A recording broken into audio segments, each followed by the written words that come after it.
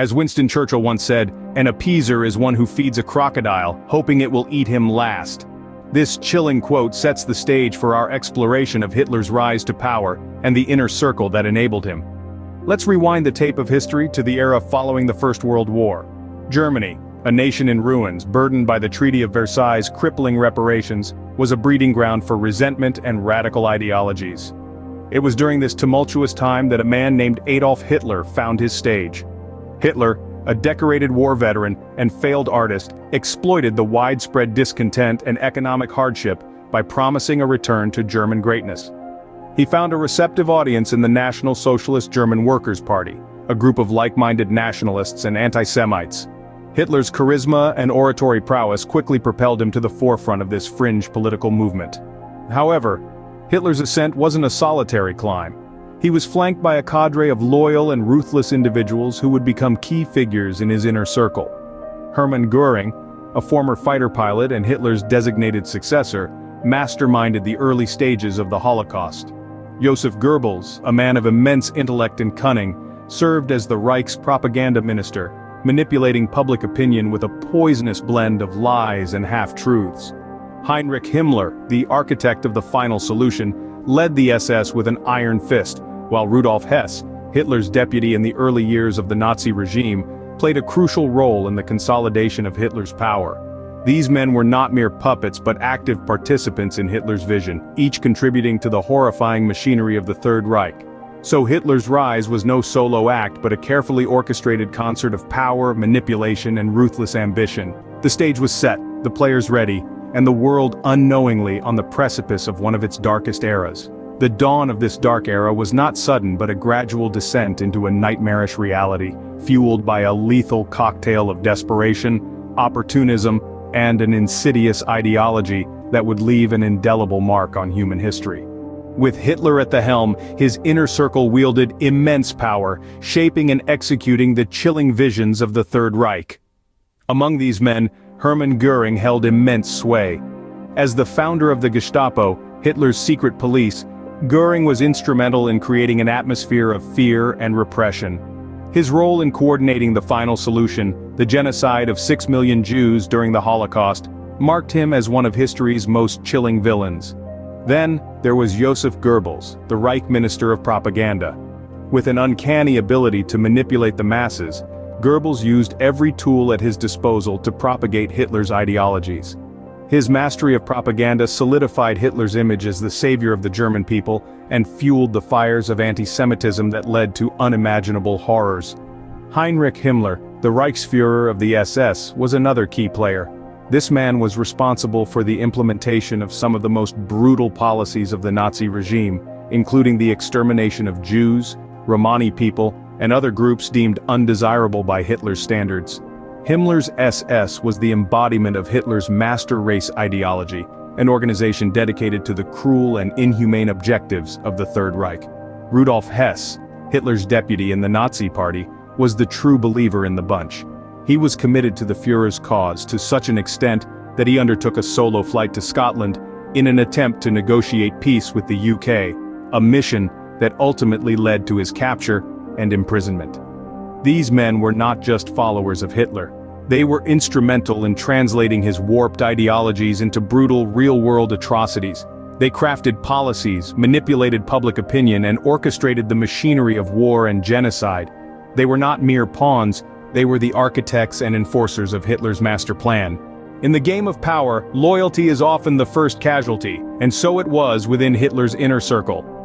In the heart of the Third Reich, beneath the shadow of the swastika, loyalty was a fleeting commodity. Power struggles and betrayals became as commonplace as the morning sunrise. Three prominent figures in Hitler's inner circle, Rudolf Hess, Heinrich Himmler, and Hermann Göring, each played their part in this treacherous dance. Rudolf Hess, Hitler's deputy Führer, was the first to break ranks. In a move as baffling as it was audacious, Hess flew a solo mission to Scotland in May 1941. His seemingly irrational act was a desperate plea for peace with Britain, a backdoor negotiation that bypassed Hitler entirely. Hess's betrayal was a stark reminder that even within the inner sanctum, personal agendas could overshadow the collective mission. Then we have Heinrich Himmler, the Reichsführer of the SS. Himmler was a master manipulator, a puppeteer pulling the strings from behind the scenes. As the war raged on, Himmler began to see the writing on the wall. In 1945 he made secret attempts to negotiate peace with the Allies, going behind Hitler's back in a desperate bid to save himself. His actions were the ultimate betrayal, a clear indication that his loyalty lay not with the Führer, but with his own survival. Lastly, we turn our attention to Hermann Göring, the ambitious Reichsmarshal. Göring had always harbored a desire for power, and as Hitler's health declined, he saw his opportunity. He made a bid for control, attempting to seize the reins of the Third Reich. His actions were seen as a direct challenge to Hitler's authority, a betrayal that would ultimately lead to his downfall. As the tide of war turned against them, each man sought to save himself, revealing the true nature of their loyalty. The power struggles within Hitler's inner circle were a microcosm of the larger conflict, a stark illustration of the inherent instability of a regime built on fear and betrayal. As the Allies closed in, the fate of Hitler's inner circle was sealed in blood and betrayal. The final days of the Third Reich were marked by desperation, chaos, and a sense of doom. The once invincible fortress of Hitler's power was crumbling from within and without. In his bunker, Hitler, the man who once held Europe in his iron grip, was now a shadow of his former self. Consumed by paranoia and defeat, he took his own life on April 30, 1945. His death signaled the end of the Third Reich, but the fate of his inner circle was yet to be sealed. In the aftermath of Hitler's death, several of his closest aides and associates met similar fates. Some, like Joseph Goebbels, chose to follow their leader into oblivion, committing suicide alongside their families. Others, like Martin Bormann, vanished into the chaos of the collapsing Reich, leaving behind a trail of speculation and mystery. However, not all of Hitler's inner circle met their end in the bunker or the battlefields. Some were captured by the Allies and brought to justice in what would be known as the Nuremberg trials. In these historic proceedings, men like Hermann Göring, Rudolf Hess, and Albert Speer were held accountable for their roles in the atrocities of the Third Reich.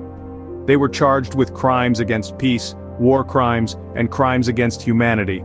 The trials served as a stark reminder of the horrors inflicted by the Third Reich and set a precedent for international law. Yet, even as justice was meted out, some members of Hitler's inner circle managed to evade capture. Men like Heinrich Himmler and Adolf Eichmann escaped only to meet their end years later, hunted down and brought to account for the evil they had perpetrated. In the ashes of the Third Reich, the world was forced to confront the horrifying depths of human cruelty. But from this confrontation, a new resolve was born, a commitment to ensure that such atrocities would never be repeated.